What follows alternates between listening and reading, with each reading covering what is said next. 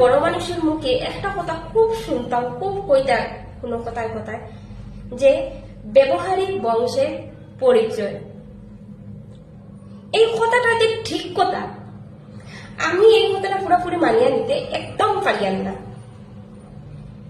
এখন যারা যারা আমার এই ভিডিওটা দেখা, আপনারা মনে এই কোয়েকশনটা জানতে পারে যে আমি এরকম কথা কিনে হইয়া, কারণ হইল গিয়া আমি একটা জিনিস দেখছি, অনেক ভালো ভালো বংশেও কিন্তু কিছু উন্নত মানের কুলাঙ্গারের জন্ম হয়।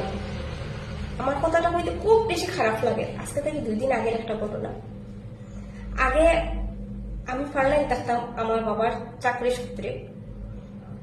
তো একজন জেঠু আসলা, এত নিরীহ, এত ঠান্ডা মানুষ, তার মতো একটা মানুষ হইতে পারে না। আজকে থেকে 2 দিন আগে তার ছেলে আর ছেলের বউয়ে কিন্তু তানে মারিয়া পিটিয়া মাথাও তো ফাটাইয়া ঘর থেকে বার করে দিছে। তাই যে এত ঠান্ডা, এত নিরীহ মানুষ, হ্যাঁ, তার উপরে তার 2 ছেলে, তার উপরেও যে এরকম একটা ছেলে জন্ম হইতে পারে, ভাবতে অবাক লাগে। এর লাগে আমি কইছি যে ব্যবহারিক বংশের পরিচয় কথাটা আমি মানিয়ে নিতে পারছি না। বরং আমি একটা কথা মানি, কথাটা হলো ব্যবহারিক ব্যক্তির পরিচয়।